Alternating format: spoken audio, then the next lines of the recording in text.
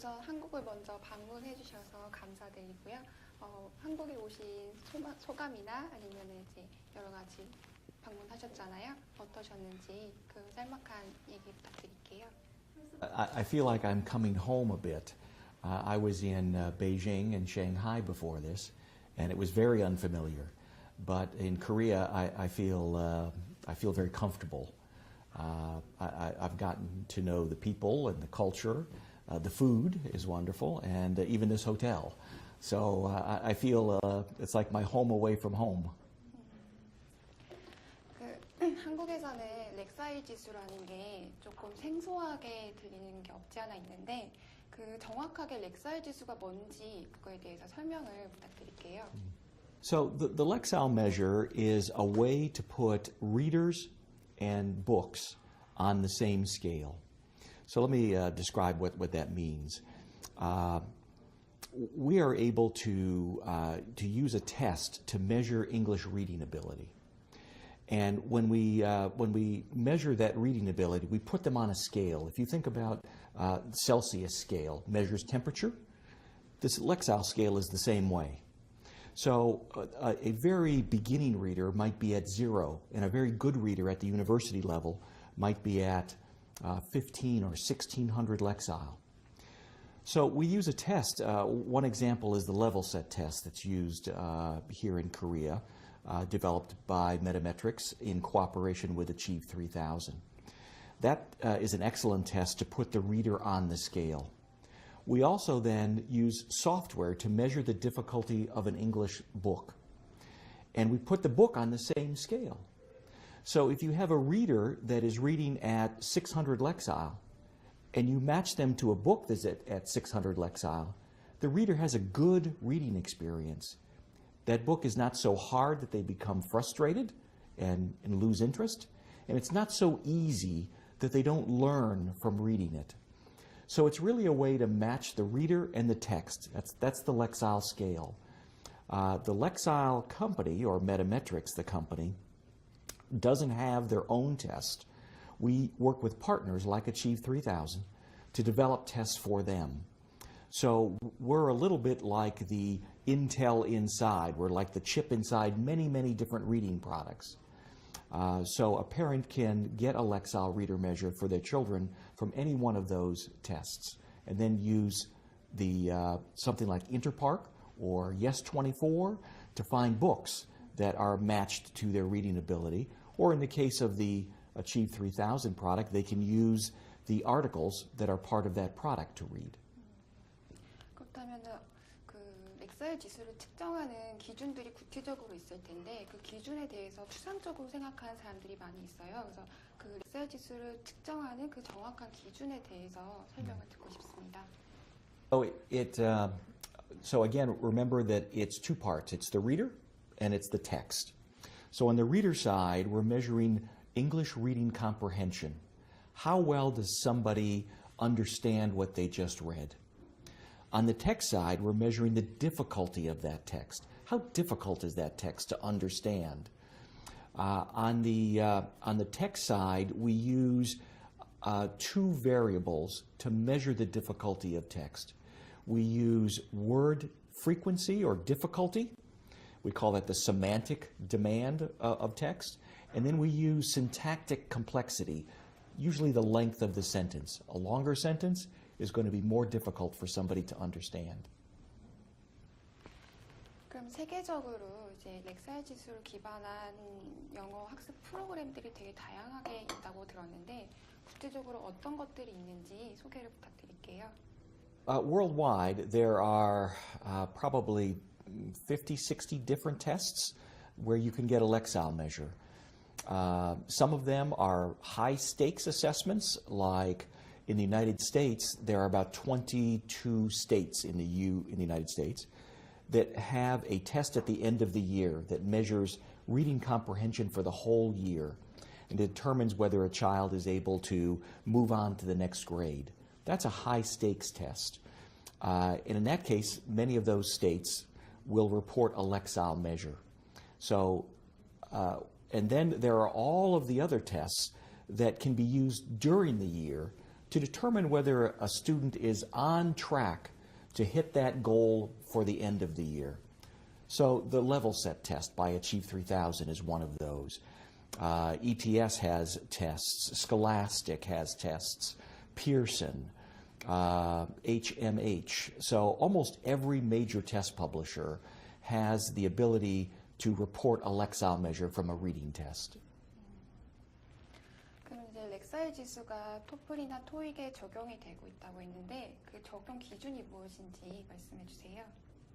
The question is independent of the test. The answer is independent of the test. So I can answer that question very easily, I think. Okay. So I think the question is, how does Metametrics, how are they able to link all these different assessments, the TOEIC, the TOEFL, the TOEFL Junior, the level set tests, all these different tests? And the answer is that as long as a test is measuring the same construct, reading comprehension, we can link to that test. And really, it's not a simple process, but it's a process similar to converting Celsius and Fahrenheit. Think about those two scales. If I know the temperature in Celsius, I can convert to Fahrenheit. If I know the temperature in Fahrenheit, I can convert to Celsius.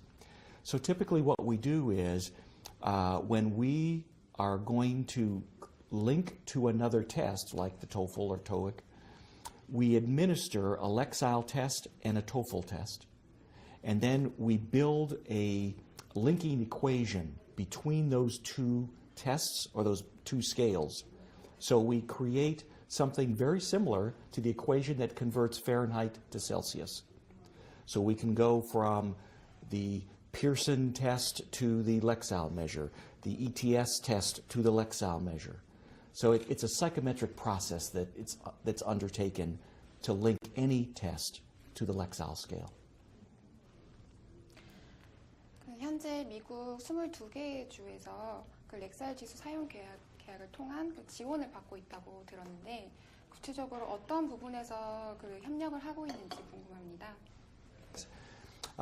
So the 22 states, and sometimes it's a little more, sometimes it's a little less, but they did a process very similar to what the commercial test publishers do, which is they have a test, and they asked us to link their test to the Lexile scale. So we did the same process I described just a moment ago, where the students in that state take two tests. They take the state test, they take the Lexile test. And then we use a psychometric process to link the state test to the Lexile test. So and then they report that measure at the end of the year on a report card that goes home to the parents. And what many of our commercial partners do is they will have products that will report Lexile measures during the year so that a teacher or a parent can see how well the student is going throughout the year and know whether that student's going to be ready to take the test at the end of the year. 그리고 또 미국 50개의 주에서 3천만 명 이상이 렉사일 지수를 활용하고 있다 이렇게 얘기를 들었는데요. 그 미국 공교육에서는 이 렉사일 지수를 어떻게 활용을 하고 있는지 설명을 부탁드릴게요. It's used for really two primary purposes. One is to match students to books so that they have good reading experiences. When you do that, it's something we call targeted reading. It's the primary purpose that the Lexile is used in every state in the United States and in some countries now. We know that it's not enough just to practice. You have to practice using the right material. If you were going to run a marathon, you wouldn't start tomorrow and run 26 miles. You would start with something short, and you would work your way up. If you were going to learn to play a musical instrument, you wouldn't start with the most difficult piece. You would start with scales and practice those scales. And that's the same concept with Lexiles. You can match the student to the text, and they have a good experience. And when they practice with just the right level of text, and they can move up the scale. So that's the biggest use of Lexile in the United States and really around the world. Matching the student to text, giving them text they can practice with and become better readers. The other is to measure growth. So not only can we measure growth throughout the year, but we can measure growth throughout the entire duration of that student's life in school and into the workplace. Today, we know what the reading demands of the university are, or is. The demands typically are about 1,300 Lexile. That, in other words, if you're going to go to read an English textbook in a university, it's going to be about 1,300 Lexile.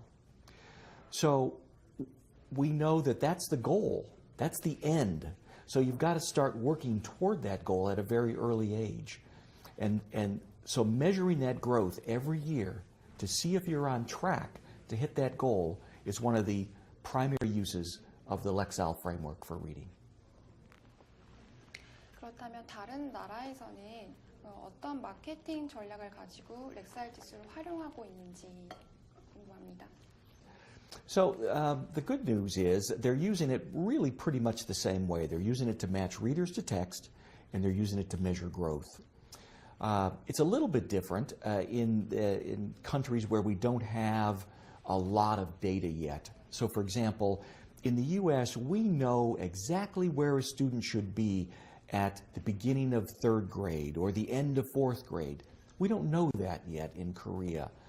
But we try, through our partners, to get as much data as we can from their tests and build those kind of norms, as we call them. So we have some idea of where a student should be after 2 years of English education in Korea or in Japan or in China.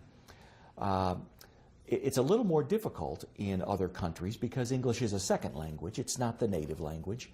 And there are other factors that influence a student's ability to speak English or to read or write English, such as private tutoring or whether English is spoken in the home.